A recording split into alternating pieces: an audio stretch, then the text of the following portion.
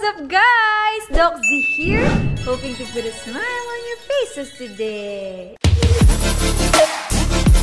Preview.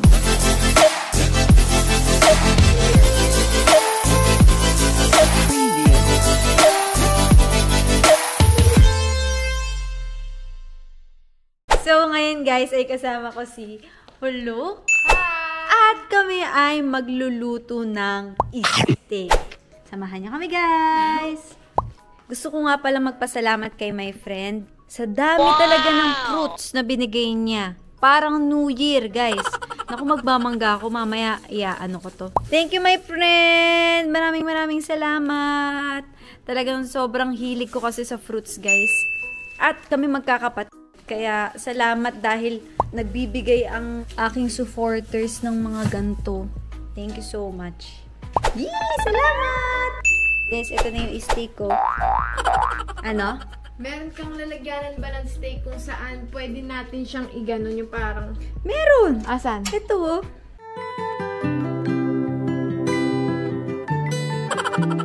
Putik mo. Umayos ka na. Ito. Diretso lang. So guys, yan. Tutuyuin ko kasi yung... So maghuhugas na ako at magra-rice na tayo.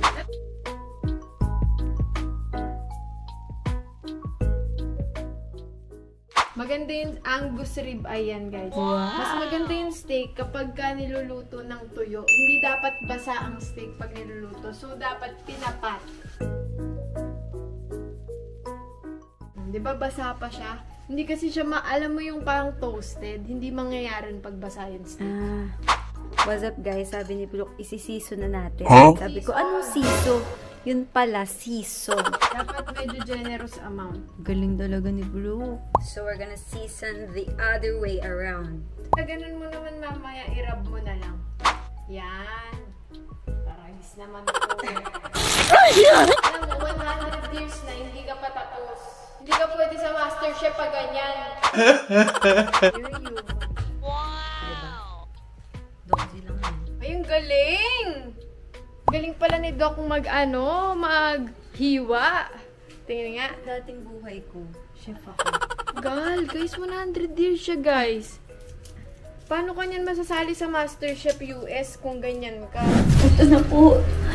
Gordon. Want to get disqualified? No, I don't. Okay. So, guys, pinapainit na namin, ha? Yan, Ilan mong peraso to? pinapainit na namin yung kalan para start na namin yung steak, tapos mapares namin bago namin i-cut. This will give the flavor to the steak. Wow, English! James. Bukas pa lang. Wow! Starting na kami to cook! Cookify! Pag ikaw na.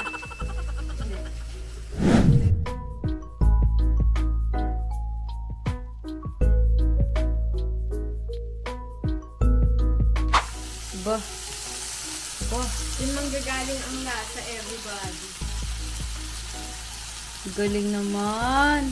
Tarin ko na lang. Hindi, lagyan pa natin. Dito lang naman natin gagamitin yan eh.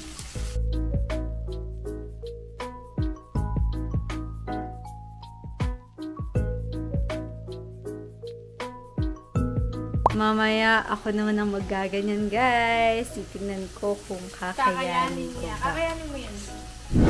Why are we still here? Just to suffer?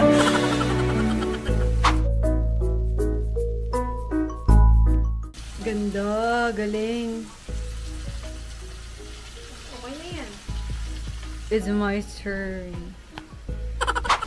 Okay. It's my turn, guys. Mama.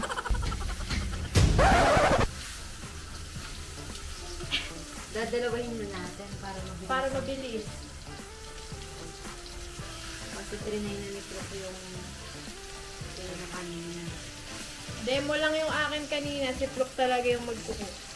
Wow! Oh, diba? So, ito na yung kanina, guys. ha? Ang galing niya. So, So guys, ang mangyayari ngayon dito, hihintayin mo muna na parang ma-toast yung ilalim. So maghihintay yung mga 2 minutes. Pwede na siguro. Manipis lang kasi. Makapal. Babalik-balik na rin natin. Ano? Ewan lang. So, ang ating goal is medium well done. Yun, be. Medium to well done. Medium well. Mamaya na, wag kang... flip ng flip eh. Guys, ang kulit ni Pluk. Panay ang flip niya, guys. Hindi matotoasted yan. Ganito pa. Diba? Hindi naman ganyan. Dapat tatagig dinalagyan na rin ito. O, dali, kung ano gusto mo. Ito.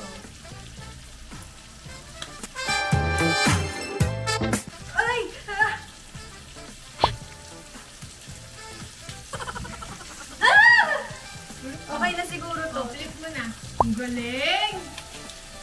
Galap na galap siya, oh. Ano bang gusto niyo ipaluto sa akin? Ganap na ganap. Yan, medyo na. Very good ah. Tingnan mo nga kung matoast na. Hindi pa. Hindi pa. Ipatoast mo muna para masarap. Guys, ano gusto niyo bang ipaluto sa akin? Tell me. Ano? Tingin nga. Yung isa, yun. Hindi pa.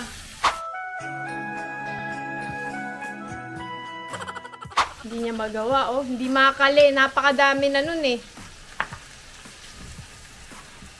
Ilagay mo sa gilid. Nanggigigil ako sa'yo. Wait lang, nahihirapan na. Tingnan mo yung kamay niya, guys. Tingnan yung kamay niya. This is so stiff, guys. Dapat ata dito. Yan! Nadali mo, Pluk. Nadali mo. Guys, huwag nyo kaming sitahin. Homemade cooking lang to. Baka mamaya binabash nyo kami na hindi kami marunong magluto. Hindi talaga. Pero ako pinapagalitan niya. Kalmahan mo, first time ko ito. Dito sa kabila, Pluk. Sa kabila.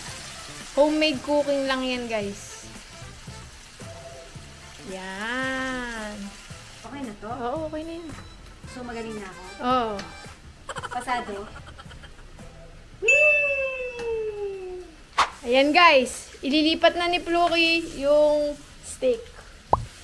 Sige, lagay mo dito.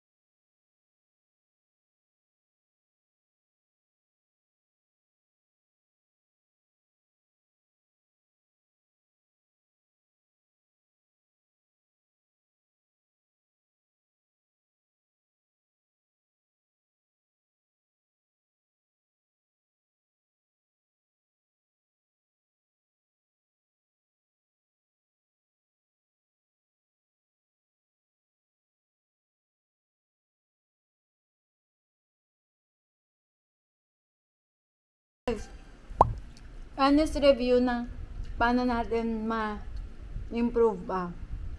Ikaw. Hindi ko alam kung ako yung kulang lasa. Oh. Kulang lasa ng steak ko. Ito ba? Kulang rin. Legit ba? Natatabangan ka? Lalo na kumpara sa kunwari steak sa meat depot, ganyan. Naaanuhan ka? Natatabangan ka? Ako naman ang naaalatan. Medyo matabang tama lang. Ganun. Ako maalat. Ang todo nagpalasa, yung butter. No?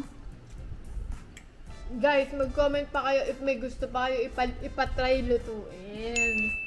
Mas magpadala na kayo ng ingredients din. Para hindi na kami bibili. Kung gusto nyo rin, na magmukbang na lang kami at hindi kami magluto, sabihin nyo lang rin. Or magpadala na lang kayo ng pagkain.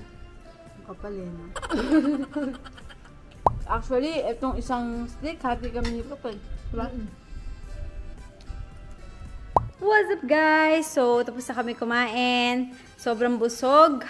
At maraming salamat, Puluki, for helping me sa vlog and for washing the dishes. Me, ano bang ginawa ko? So, thank you guys for watching. I hope you enjoyed this vlog. And see you again on Sunday for another vlog. Don't forget to follow me sa lahat ng social media accounts ko, guys. And if you like my video, please like naman. And turn on your notification bell para ma-notify kayo sa next video ko. So, thank you so much, guys. Ayan, guys. Sana nakapagbigay ako ng ngiti sa inyong labi.